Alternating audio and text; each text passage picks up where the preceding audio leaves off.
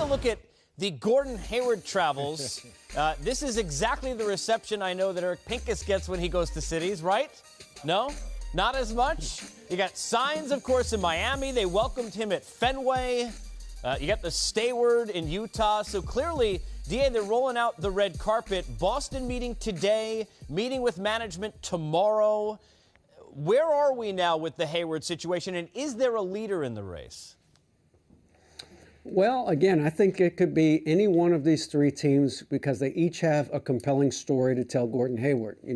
Boston's story today is, hey, we won 50 games. We're an up-and-coming team. We've got young players that are on their way up that need leadership and guidance, but we've also got vets that you can learn from and that you can play alongside. And we've got a future in terms of draft picks. So that's a compelling story. Miami's story is, hey, we've rebuilt this thing very quickly. We're ready. You're the last piece. And Utah's story is, hey, stay home. We re-signed Joe Ingles the other night. You know us. You're comfortable with us. We're growing together. Stay home. So there's not a bad choice for Gordon Hayward here as he makes his decisions. DA, everybody talks about the heartstrings, of course, with Brad Stevens. I'm curious, change at the point in Utah. Rubio seems to be a guy who really the rest of this team would fit well with. You've got Gobert, who's growing. You bring back Ingles. How much do you get the sense that Gordon Hayward liked the Rubio move? I know that there was talk about the relationship with George Hill, who won't be there anymore. Well, look, I think he was close to George Hill, but it's not like they just ceded that position. They went out and got Ricky Rubio, who is a very good veteran point guard, who does a lot of things, not the shooter maybe that you would want, but he will pass the ball, wants to pass the ball. That's his strength, and a better defender probably than most people think. So I think from that standpoint, yeah, he's not happy that George Hill is leaving, but they didn't leave the cupboard bare. They brought in a very solid point guard to replace him, and they were able to re-sign Joe Ingles. So going forward, I think that they can make a strong case that we've kept as much of this team together as we possibly could, and now we want to pay you. All right, hang tight for a second. We're going to get to Paul Millsap in a minute, but I want to get into here with our capologist, Eric Pincus, because when you look at the three teams, Miami to me is in an interesting situation. Tell me if I'm wrong, because obviously we know Utah can offer a lot of money, more money to bring him back. Boston's got that one spot, but Miami, do they have maneuvering where they could say to Gordon, hey, look, we bring you in, maybe we're not done after Kind of. It depends on James Johnson. So they don't have his rights.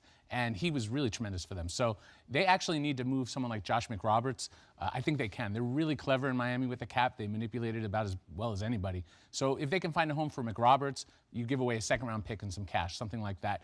That opens up a little bit of room. They could also, I mean, there are players on there that, there's one guy I'm name-dropping, but basically they have the flexibility to maneuver just enough to get $12 million, something like that, to someone else. Maybe $18 million. The problem is Dion Waiters. That was the name. I was thinking, how do you get Dion Waiters back? And so he may be the casualty of getting Gordon Hayward. So if you're talking about Miami, they can put something nice together. But can they put something tremendous together, like another max guy? That's not in the equation. Yeah, one thing that's interesting at home, I think, to think about, we'll talk about here with the guys in a second, is the fact that now you could free up space by tying picks to guys. We saw that. Nobody thought, let me tell you, but here a year ago on set, that Mozgov deal, we thought he'd be living in L.A. for quite a long time, and now he'll be nearby in Brooklyn. So, guys, let's talk about this and kind of where we stand. And I want to take it, let's go on the court basketball-wise from both of you. Still, I'll start with you.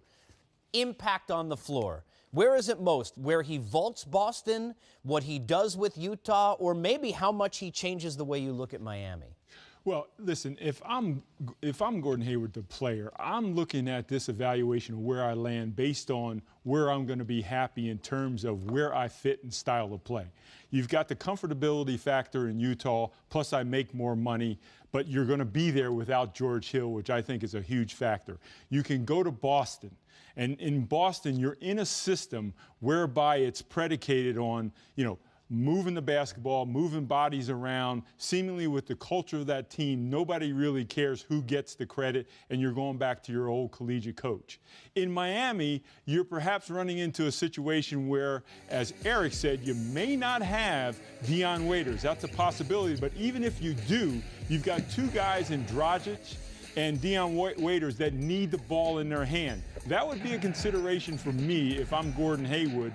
And at the end of the day, it's a tough choice to make. But in his case, like most free agents don't have, he has no bad choices in this case. But to me, it's a question of where and how he fits on the floor. You know, I was joking yesterday, Smitty, Pat Riley, nobody rolls out the red carpet like Pat. First of all, you're going to listen to him, but he brought Zoe. Everybody who's ever worn a Heat uniform seemingly was waiting for Gordon Hayward. Are you surprised that they're in the three? I mean, a lot of us thought he's either going to go back to Utah or he'll go back to Brad Stevens. Do you see Miami really as a suitor here? You know, I never count out Pat Riley. And one thing is for him, he does a great job. And like Eric said, they do one of the best jobs of being able to work the numbers in the cap. They're fantastic. Andy Ellsberg does a nice job in Miami. I look at them as, and you can also make up a little bit money with no income tax down there, no state income tax. But I'm with Stu. I think best fit basketball-wise, if you throw away the money, to me is the Boston Celtics. I think for him is he doesn't know Ricky Rubio. And I think if I'm Gordon Hayward, I'm looking at Utah saying,